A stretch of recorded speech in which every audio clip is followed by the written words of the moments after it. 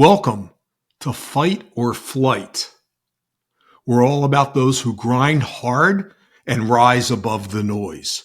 From rural Maryland to the pulse of the global scene, we're chopping it up with the real ones, the innovators, agitators, and creators, those who are making waves in product design, art, culture, entertainment, and sport. Every episode is straight fire. We're pulling back the curtain on those who turn setbacks into setups for great success. We're diving in deep to their stories, the ups, the downs, but really the epic comebacks that'll have you nodding your head like, hell yeah, I want to hear more. Plug in, tune in, and join our crew as we vibe on the pursuit of greatness. Welcome to Fight or Flight. Every story hits hard and burns hot. Ross, thank you for joining us today. Thank you for having me. It's great to see you, brother. Ross is born and raised in Albuquerque, New Mexico. He found solace and great expression in skateboarding amid a turbulent upbringing, which we can all relate to. Ross transitioned from skate and the skate scene to a career in modeling and acting in the Big Apple in New York City. He also returned to his roots in art, inspired by his daughter's uninhibited creativity. Remarkable. Ross's self-taught journey is an artist's expression and exploration in the themes of light and darkness, good and evil. His overarching mission is to guide others towards inner healing and self-realization. Ross is multi-layered. An artist and a creative nomad, his work aims to unlock the inner child within all of us, each individual fostering a deeper understanding of life's dualities and our place and purpose in this world. Pretty remarkable. Plus, Ross has got the best ink in the house. So shout out to you, Ross, and thanks for joining us today. Yeah, man. Awesome intro. Yeah, thank you for having me. It's our pleasure. Ross, let's start off with just, bro, who are you and what are you doing today? Oh, man. I mean, who am I? The age-old question. I'm a very complex individual. I've had my fair share of ups and downs and highs and lows and black and white, light and darkness, all of it. So I'm just an individual now that is trying to live in my highest excitement.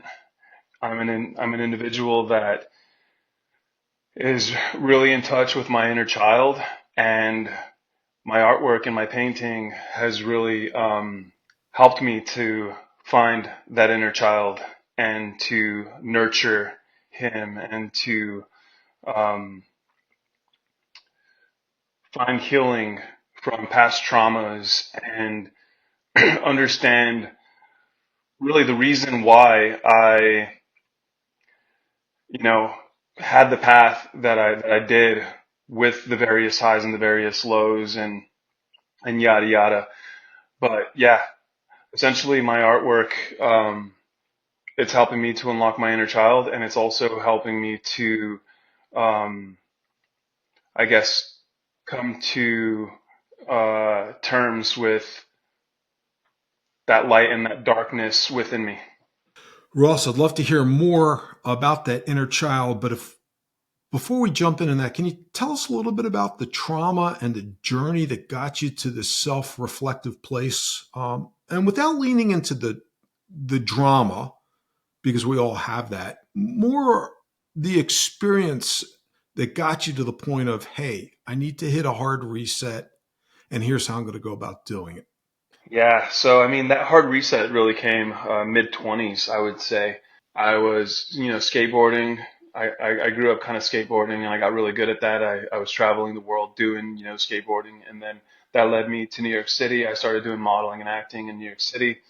That comes with a really huge ego, which I didn't really know. I was, like a purist at heart growing up, and good intentions always. And I guess like the drugs and the success that I had, and being a male in New York City, just really took me for a spin.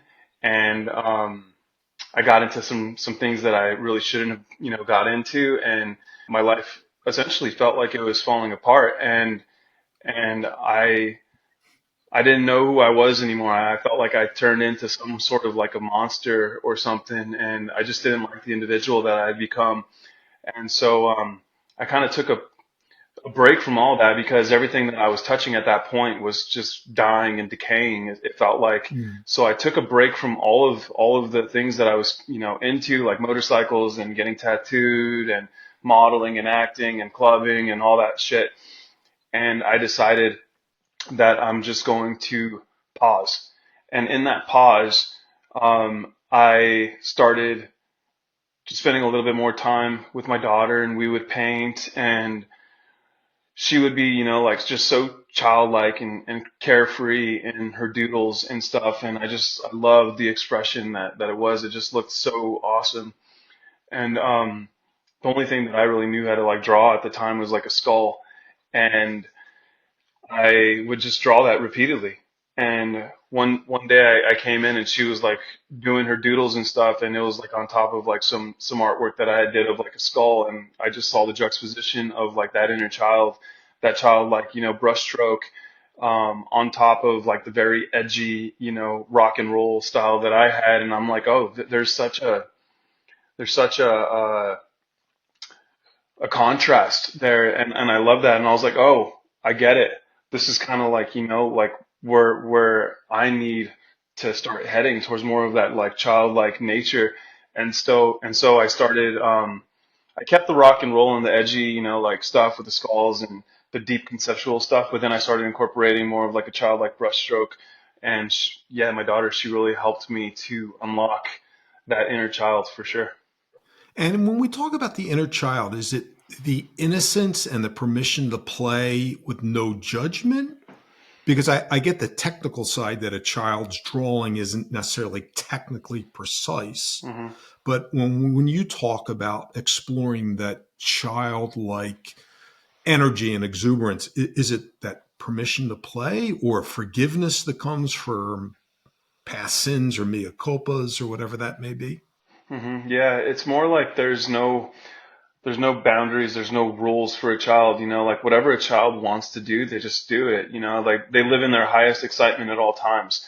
And sometimes the child, like it learns lessons, it gets burned, but like for the most part, they're just out there, they're just having fun. They're, like whatever comes to their mind, they do it. Like say they want to like, jump in a pool or jump in or hop on a swing, like they just go for it and they do it. Pick up a skateboard, they do it, like hop on a bicycle, they do it. Like they don't necessarily, I don't think that children, they do anything for the most part that they don't want to do. This is why you have like them always, like nagging at their parents, like, whenever they want to do something and they can't do it because we want to do what we want to do. But society has trained us that in order to, like make a living or in order to be successful, in order to be, you have to follow, a certain set of rules. You have to do certain things. You have to conform to society's way of saying that this is the way it should be. And I, I hate social norms. I hate being told what to do, and it doesn't always work out for me. But I get to do what I love, and that makes me feel like a child. That's powerful. Many of us are doing to do and not doing what we love. And so you Hmm. touch on purpose and passion. And that's a big part of this conversation. People that we're speaking to that got away from what's my purpose. And that purpose is what am I passionate Yeah. about because they're chasing a dollar, Hmm. right? So Yeah. that messes people up. And I can appreciate that. It's really interesting to hear you talk because I'm curious, was there an event or a moment, the seminal moment where you're like, shit, I got to hit a hard pause? Or was it more of a gradual thing that just overcame you? It was a gradual thing that was happening. One too many, drunken nights at like the club and showing up at 6 o'clock in the morning or 7 or 8 or whatever, and just feeling like absolute dog shit the next day. And it was like I was chasing my tail. I was like doing the same exact thing over and over again, expecting different results. And I think what really like did me in was I was, on that same exact wave, and I was buying motorcycles left and right, and then like they just kept breaking down on me. And so I was just like push it to the side and I'd be like, fuck this, like I'm gonna buy another bike. So I bought another bike and that one broke down on me and I'm like, what the heck? And then like I'm exhausting all my resources. I'm not having fun. The drinking is not, like cutting it anymore. And I remember like the last bike that I had bought in that season, it broke down on me and I'm like, okay, God, like you're trying to tell me something obviously, like what do you want? What do you want from me? And I just got this little, like this little feeling within my spirit, this like intuition that was just like, yo, like pause. Like you need to take a, a chill pill, like take a break because you gotta figure a lot of shit out in your life. And that was like a 3 year process of me just kind of like figuring things out, slowly getting rid of, like not getting rid of bad habits, but replacing bad habits with better habits. And so I just started painting religiously, like every single day. It was like my therapy. It was like my drug of choice. Like I thought like, oh, I need to stop drinking or, like, because like this is destroying me. It wasn't the drinking that was destroying me. It was just the lack of creativity that I was missing. It was a lack of self-control. It was just like a lack of discipline in many areas. And painting helped me to find that discipline and that inner child at the same time. When did you start commercializing your paintings? What happened that took, because many of us enjoy to draw or paint or express ourselves, but very few of us can do it in a manner where it's self supporting. Was there a patron or an investor or a collector that said, yo, you're killing it, and I want to help fund this? Yeah, so I think like 2 years into the painting journey, I started like getting like people that are saying like, oh, your painting looks like this, or that your artwork looks like so and so. And then I got like other people that are like, yo, this is cool. Is it for sale? Can I buy it? And I'm like, oh, you can make money doing this? This is fucking cool. Like, awesome. Like, people want to pay me to do this. And at the time I was painting pretty big and I'm like, I don't know. What do you think? Like $500 for like this big painting? And they're like, dude, sold easy. And I'm like, oh shit. Like I just made like $500 off of a fucking painting that I did in like a couple hours. Like that's fucking cool. And then, flash forward, like, uh, half a year later, I think it was like the heat of 2020. I had like this solo show in Long Island City, and my then art manager, uh, who wasn't my manager at the time, but he like ended up coming to the show, and he's like, "Yo, I like this. Like, I want to do a show at my gallery." And I'm like, "All right, cool." And then COVID hit, Yep. and we just ended up going remote, and he started like plugging my artwork to a lot of his like homies, a lot of his friends, collectors, and we just started selling art left and right.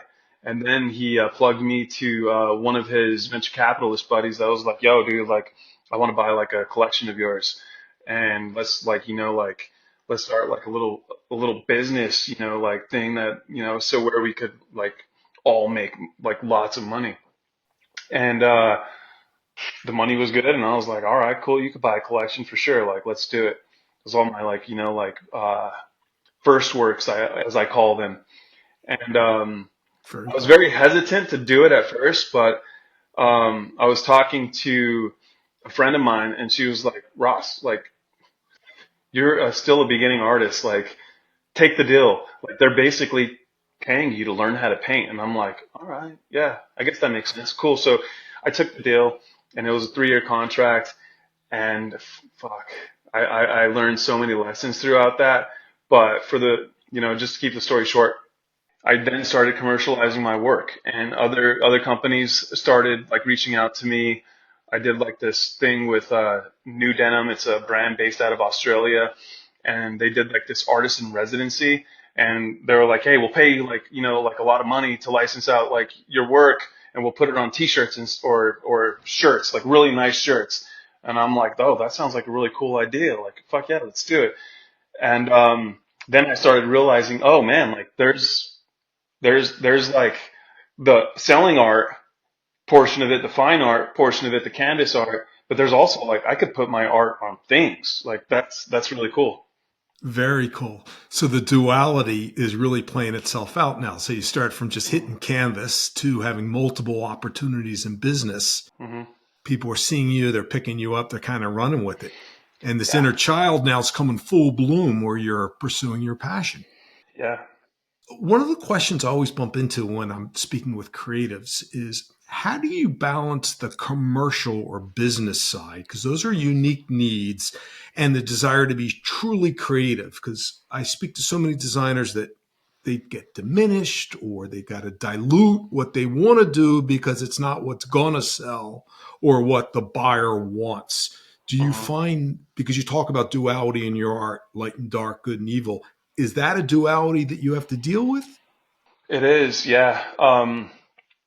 So I have my more fine art, on canvas works that a lot of attention to detail goes into it. And then I have I play around with many different series, but I have more stuff that's like a little bit more fun and just like rock and roll and easy on the eyes. But then I have like the more commercial stuff. And I knew that I had to, I guess commercialize the product because not everybody had like the price points or the money for the price points that I'm asking for. And it just sometimes you're not selling art. And I was like, you know what, like let's create something that is kind of like more identifiable with you, and not biting off anybody else. Like Takashi, he has his flowers, right? And like Damien Hirst, he has his more commercial stuff with like the dots. And Andy Warhol commercialized his work whenever he was like doing like the repetitive like canned soup or the Madonnas or whatever, right? And so I was like, okay, so what is it that have? What can you do that could be commercial and repetitive, so that you don't have to like spend like hours and hours trying to like paint one painting and then try to sell it for like hundreds of thousands of dollars or thousands of dollars. What can you paint or what can you do that will be simple? People will just love it. They'll eat it up, and it'll take you to like that next level.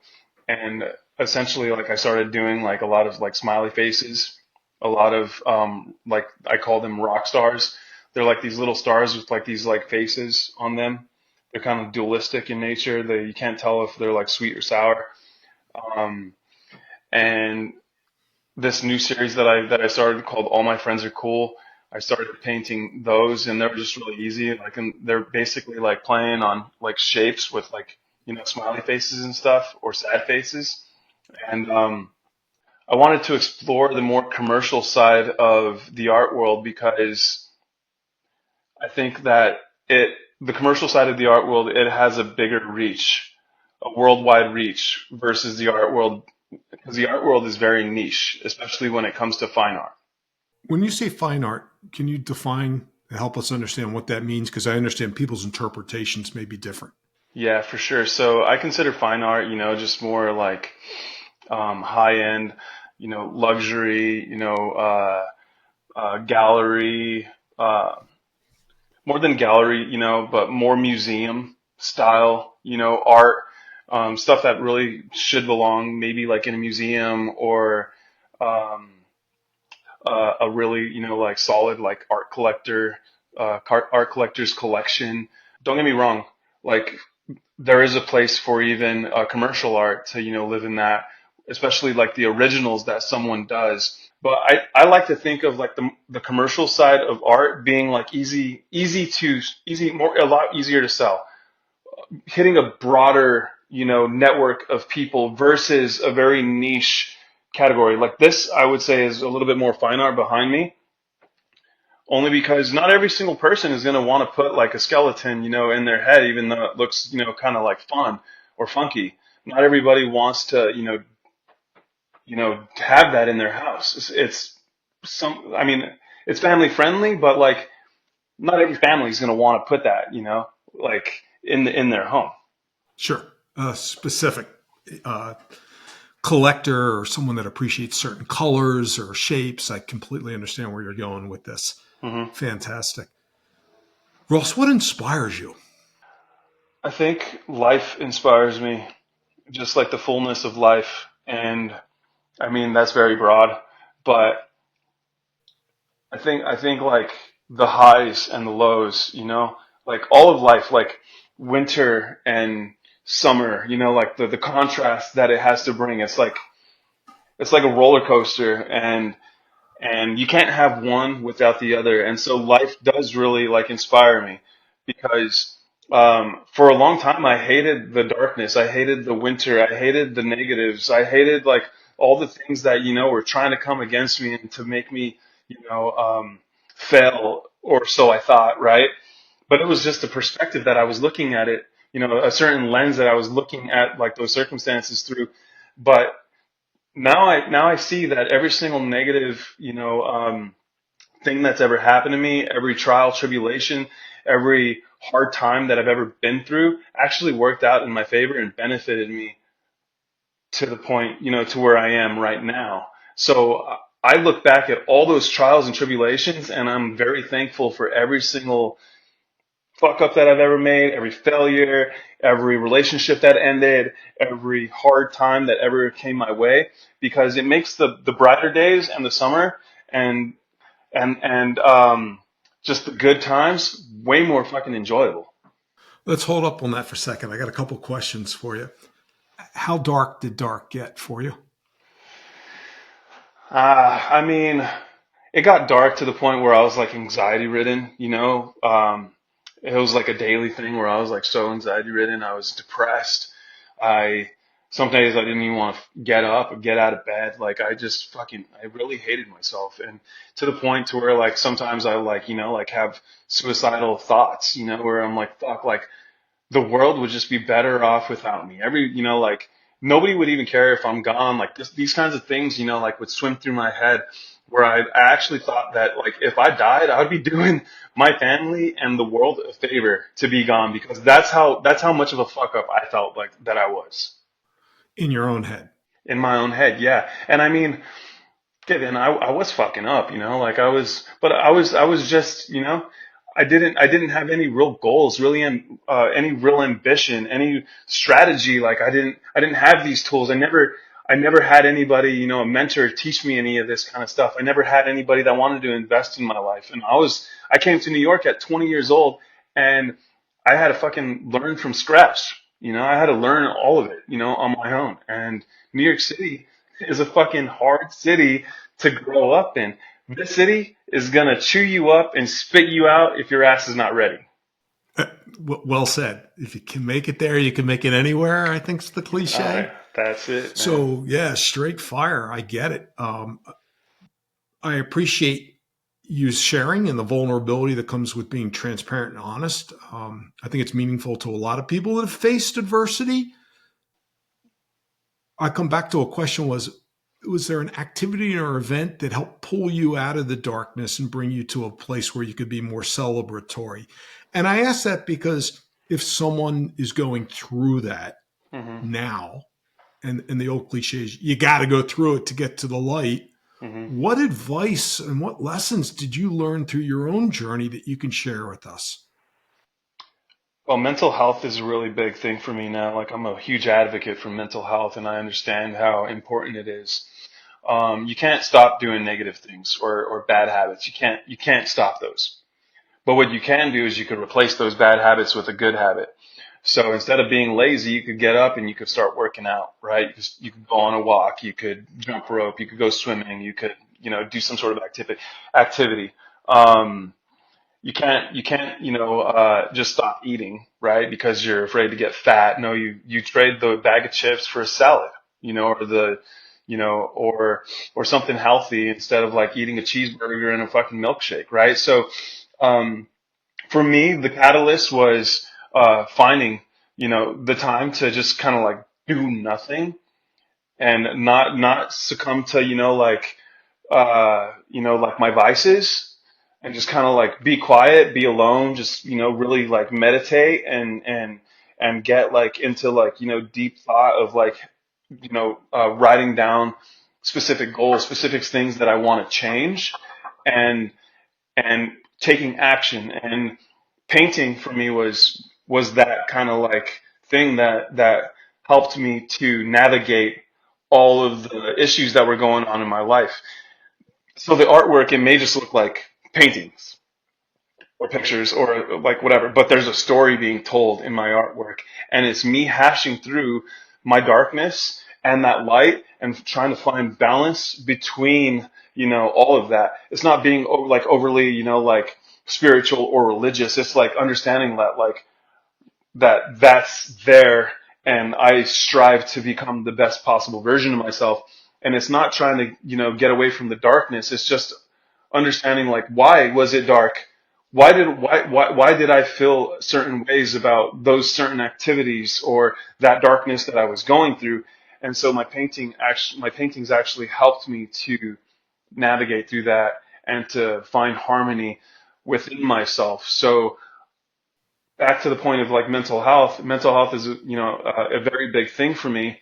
Um, and I think that one of the best things that you could do as a person that's going through really dark times is find an activity, something to get creative in, whether it's a sport, whether it's painting, whether it's exercise, whether it's, I don't know, putting puzzles together. I don't care what it is. Whatever it is, do it and stay consistent with it, because Consistency. Mm. yeah, because what will happen is the more that you do that thing or those things, those hobbies, the more that your mind it's just gonna take your mind off of all the bullshit, all the negativity, and you won't see it happening, immediately, but you'll be working on problems up here the way that you're working on problems in physical life.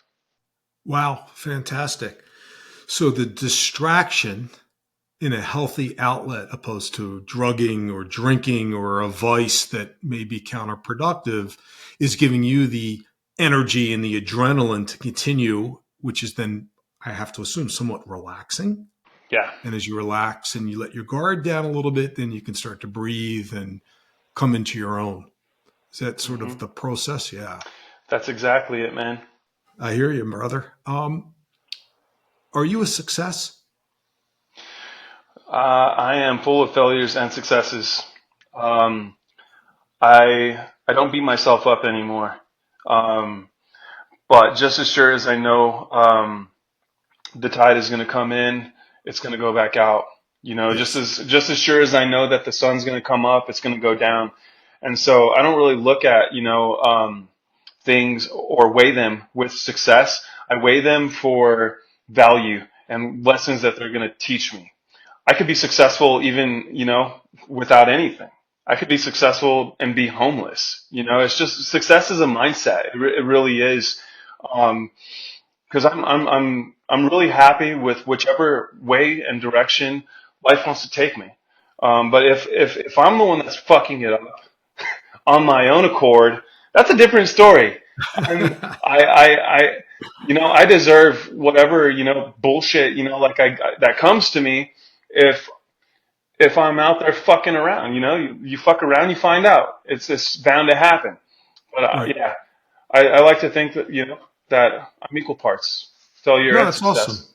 Yeah, thank you. The reason I ask is in your answer are your values and your ability to be mindful and present in the here and now and appreciative of sunrise, sunset, and everything that happens in between is unique because so many people are worried about tomorrow that they're not spending time today. And they're not spending time in today, they're not doing for others as well as themselves. And as a parent, we know you do for your daughter. And as an artist, you're doing for yourself because it's self expression, but you're also commercializing it. So you're doing for others in that process. So I salute you, brother. I mean, the story's remarkable. I can only imagine the craziness that went on from here and there and every which way. Love to be a barfly reliving part of that movie. It's got to be just epic. Yeah, it's been a wild journey for sure. And listen, I play hard. I work hard. Like I love the fullness of life. Um, but yeah, life is completely, different now. Like I'm obsessed with painting just as much as I was six and a half years ago when I started painting.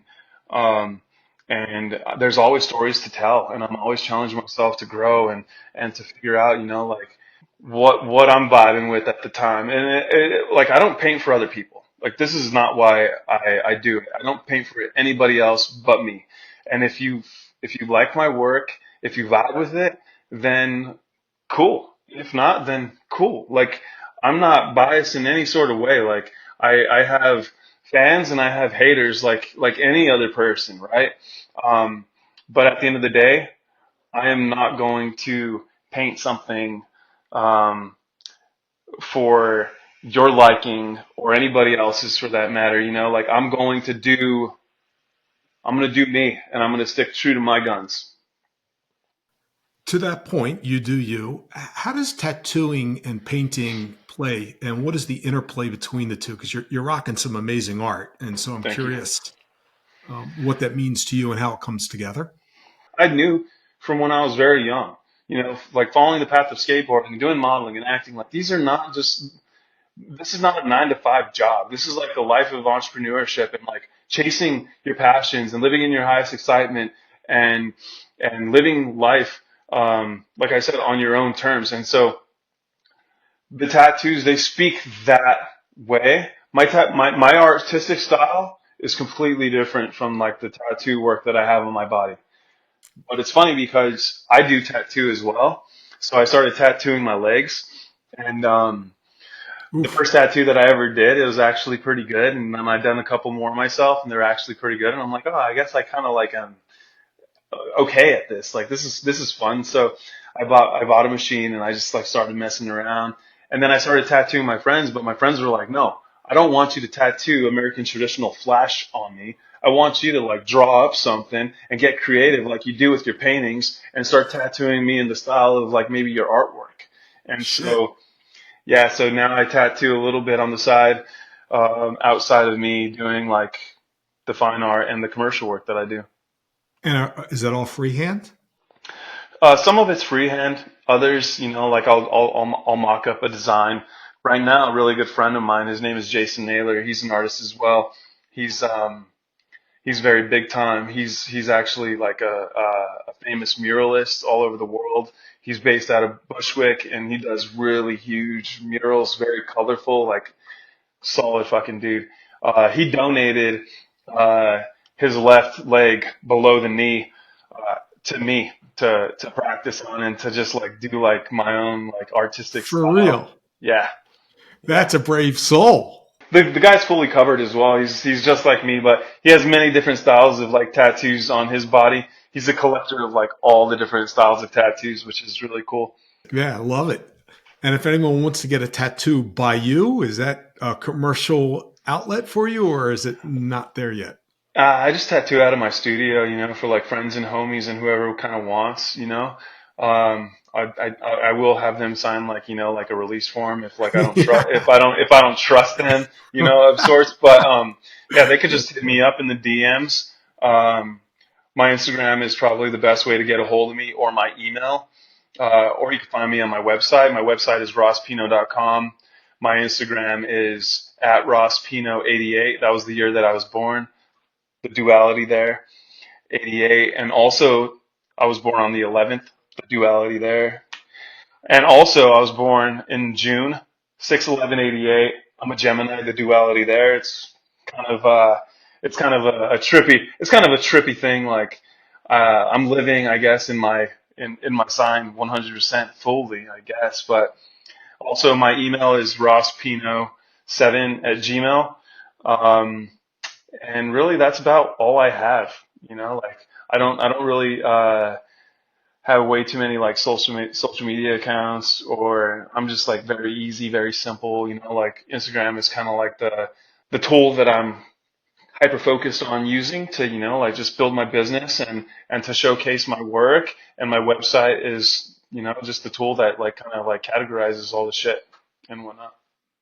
Fantastic. One last question before we wrap it up for you. Are you working on anything new and exciting that you can give us a sneak preview on? And what is it that moves you about what that new initiative may be? At this moment of time, I've just been really like hyper focused on a little bit more fun and joyful series that I got going on. They're still rock and roll, and they're still full of energy and a little bit like edgy, but this series is more more rooted in like the inner child and the light essentially versus like the more provocative and deep thinking stuff that I got going on. And those series are called All My Friends Are Cool, which is like a very commercial, um, I guess, approach to my artistic style. And also a series that I got going on that is called Abstract Ducks. And it's just very loose with the paintbrush, very abstract in nature, and by that it's like there's no real rhyme or reason behind it. It's just me kind of like throwing down colors. Maybe you'll see some shapes or something that looks like a face, or there might be a face in there or a skull, but like still like it bleeds very abstract and very childlike in nature for sure. Fantastic. One last question for you, Ross. A quote, a lyric, a saying. Is there something that you carry with you that's impactful and powerful that you can impart to us as a gift from you? I mean, there's always something, something new that stands out to me that speaks to me like every single day. And it always switches up, So, right off the top of my head, um, I really can't think of one, but there's always, something that, triggers me, or inspires me. Like in some ways you could call those kind of like synchronicities that, those things that just like pop up at the right time that drive you to, um, want to continue exploring in like a certain direction or do better at, something that you got going on. But yeah, like those little synchronicities, those little quotes that pop up from time to time, they do, I would call them like synchronicities for sure. Fantastic. Well, you've inspired me. Your story's been an inspiration to keep pushing through and chase the purpose. If you don't know what it is, sit quietly to find the passion and let the passion lead the purpose. If I had to give you a quote for yourself off of today's conversation, it would be three letters: you be you. Mm. And that's the message that I take from our conversation and the celebration that you have in the individual uniqueness and difference that we all have. And that's where the novelty and the thing that's really special about being mindful and present. So, my brother, I'm grateful to have you in my circle and on this podcast with us. I'm looking forward to being part of the Cool Friends Club when I can graduate into that. Heck yeah, man. And when I'm ready for some ink, I got a blank canvas. So I'll be in and I'll let you scar me up. Let's do it, man. Exciting things coming ahead, man. Really stoked. Thank you Brother, for having me. of course, I feel you. Much love and respect to you and your posse. And we're going to get the word out there and get people looking more eyeballs into your art. So thank you for spending your time in this afternoon with us. Of course. All right. Take it easy, homie.